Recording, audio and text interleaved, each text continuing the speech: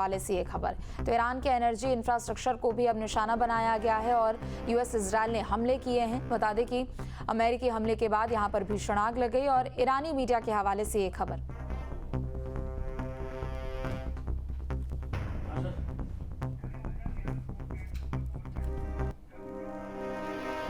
Middle east में जारी जंग के बीच ईरान की तरफ से अब एक बड़ा सियासी संदेश सामने आया। ईरान के राष्ट्रपति पेजेश्कियान ने साफ कहा है कि जब तक ईरान पर हमला नहीं होगा तब तक ईरान किसी भी पड़ोसी देश पर हमला नहीं करेगा। इतना ही नहीं, पेजेश्कियान ने उन पड़ोसी देशों से माफी भी मांगी है जिन्हें हाल के दिनों में हमलों और बढ़ते तनाव की वजह से खतरा या नुकसान झेलना पड़ा। यानी जंग के बीच ईरान अब पड़ोसी देशों को भरोसा दिलाने की कोशिश भी कर रहा है कि उसकी लड़ाई उनसे नहीं है। देखिए,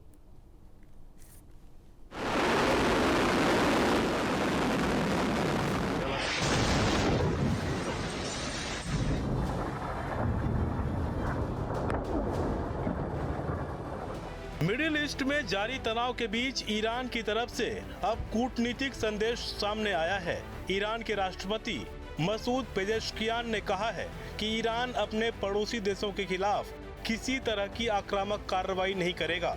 उन्होंने साफ कहा कि जब तक ईरान पर हमला नहीं किया जाएगा तब तक तेहरान भी किसी पड़ोसी देश को निशाना नहीं बनाएगा। ईरान का बयान, पड़ोसी देशों पर हमला नहीं करेंगे, पहले हमला हुआ तो देंगे जवाब, जंग को फैलने से रोकने की कोशिश, क्षेत्र में शांति का संदेश। पेजेश्कियान ने यह भी कहा कि हाल के दिनों में क्षेत्र में बढ़े तनाव की वजह से जिन देशों को खतरा या परेशानी झेलनी पड़ी है उनसे ईरान माफी मांगता है।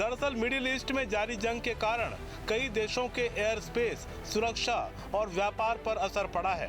ऐसे में ईरान अब अपने पड़ोसियों को भरोसा दिलाने की कोशिश कर रहा है कि उसका निशाना सिर्फ अपने दुश्मन है, पड़ोसी देश नहीं। पड़ोसियों से माफी, बढ़ते तनाव पर खेद जताया, पड़ोसी देशों को भरोसा, हमारी लड़ाई उनसे नहीं। जानकारों के मुताबिक ये बयान इसलिए भी अहम है क्योंकि मिडिल ईस्ट में कई अमेरिकी सैन्य ठिकाने पड़ोसी देशों में मौजूद हैं। ऐसे में अगर जंग का दायरा बढ़ता है तो खाड़ी के कई देश सीधे इस संघर्ष की चपेट में आ सकते हैं। क्यों अहम है बयान? खाड़ी देशों में अमेरिकी सैन्य ठिकाने, जंग फैलने का खतरा, क्षेत्रीय तनाव बढ़ने की आशंका। हाल के दिनों में मिडिल ईस्ट में तनाव लगातार बढ़ा है। एक तरफ ईरान और उसके सहयोगी गुट हैं तो दूसरी तरफ अमेरिका और इजराइल जैसे देश हैं। ऐसे में ईरान की कोशिश है कि इस संघर्ष को अपने पड़ोसी देशों तक फैलने से रोका जाए। मिडिल ईस्ट में बढ़ता तनाव, ईरान बनाम अमेरिका, इजराइल, कई देशों पर असर, जंग के विस्तार का खतरा। इस वक्त की मौजूदा स्थिति इजराइल के लिए खतरे की घंटी की तरह है। हफ्ते भर अब पूरे हो चुके हैं युद्ध के, लेकिन हफ्ते भर पूरे होने के बाद भी न ईरान की ताकत कमतर हो रही है और ना ही अब तक इजराइल का सर्वोच्च डोमिनेंस या हम कहें कि प्रभुत्व ईरान के ऊपर स्थापित हो पा रहा है।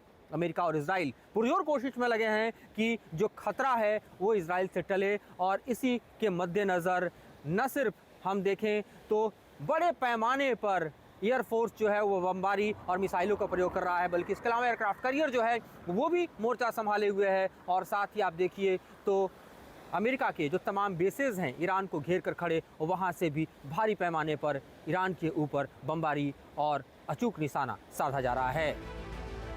खबर ये भी है कि रूसी राष्ट्रपति व्लादिमीर पुतिन ने भी ईरानी राष्ट्रपति से फोन पर बात की और मध्य पूर्व संघर्ष को समाप्त करने का आह्वान किया। इस बारे में क्रेमलिन का बयान सामने आया है जिसमें कहा गया है कि रूसी राष्ट्रपति व्लादिमीर पुतिन ने 6 मार्च को अपने ईरानी समकक्ष मसूद पेजेश्कियान के साथ टेलीफोन पर बातचीत की, जिसमें मध्य पूर्व में संघर्ष को समाप्त करने का आह्वान किया गया। विवादों का समाधान कूटनीति के माध्यम से किया जाना चाहिए।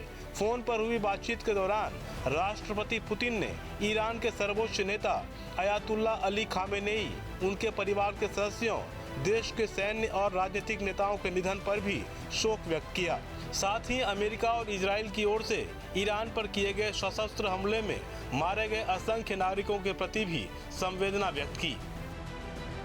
जबकि दूसरी ओर अमेरिकी राष्ट्रपति डोनाल्ड ट्रंप ने साफ किया है कि वो ईरान के साथ तब तक कोई समझौता नहीं करेंगे जब तक कि बिना शर्त वो आत्मसमर्पण नहीं कर देता।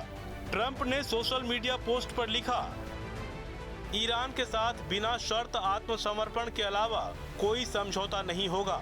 आत्मसमर्पण के बाद और एक स्वीकार्य नेता के चयन के बाद अमेरिका और उसके सहयोगी ईरान के पुनर्निर्माण में मदद करेंगे, जिससे वो पहले से कहीं अधिक मजबूत, बेहतर और आर्थिक रूप से सुरक्षित बनेगा। यानी एक तरफ पुतिन का बयान है, दूसरी ओर ट्रंप का बयान और अब ईरानी राष्ट्रपति का बयान। मिडिल ईस्ट में जारी जंग के बीच ईरान के राष्ट्रपति का ये बयान कूटनीतिक तौर पर काफी अहम माना जा रहा है, क्योंकि एक तरफ ईरान अपने दुश्मनों को चेतावनी दे रहा है तो दूसरी तरफ पड़ोसी देशों को भरोसा दिलाने की कोशिश भी कर रहा है कि ये जंग उनके खिलाफ नहीं है। अब देखने वाली बात ये होगी कि क्या ईरान का ये संदेश क्षेत्र में तनाव को कम करेगा या फिर मिडिल ईस्ट की जंग और बड़े टकराव की ओर बढ़ेगी। Team news 10। और बड़ी खबर, जहां युद्ध के बीच यूएस इजरायल का तेहरान में बड़ा हमला। तेहरान में हमले के बाद भीषण विस्फोट हुआ है, दूर दूर तक धुएं का काला गुबार नजर आया है। तो युद्ध के बीच यूएस और इजरायल ने तेहरान में बड़ा हमला किया है। तेहरान में हमले के बाद भीषण विस्फोट हुआ है और दूर दूर तक धुएं का काला गुबार उठता हुआ नजर आया।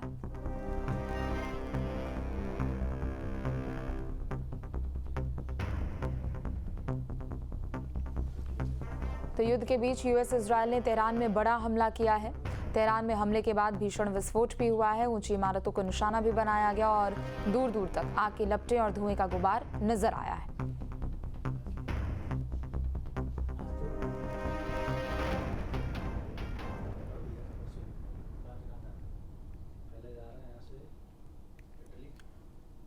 तो बड़ी खबर आपको बता दें, युद्ध के बीच यूएस और इजरायल ने एक बार फिर से राजधानी तेहरान में हमला किया है। इमारतों को निशाना बनाया गया है, जिसके बाद आग की लपटें नजर आ रही हैं। हमले के बाद तबाही का मंजर देखने को मिल रहा है।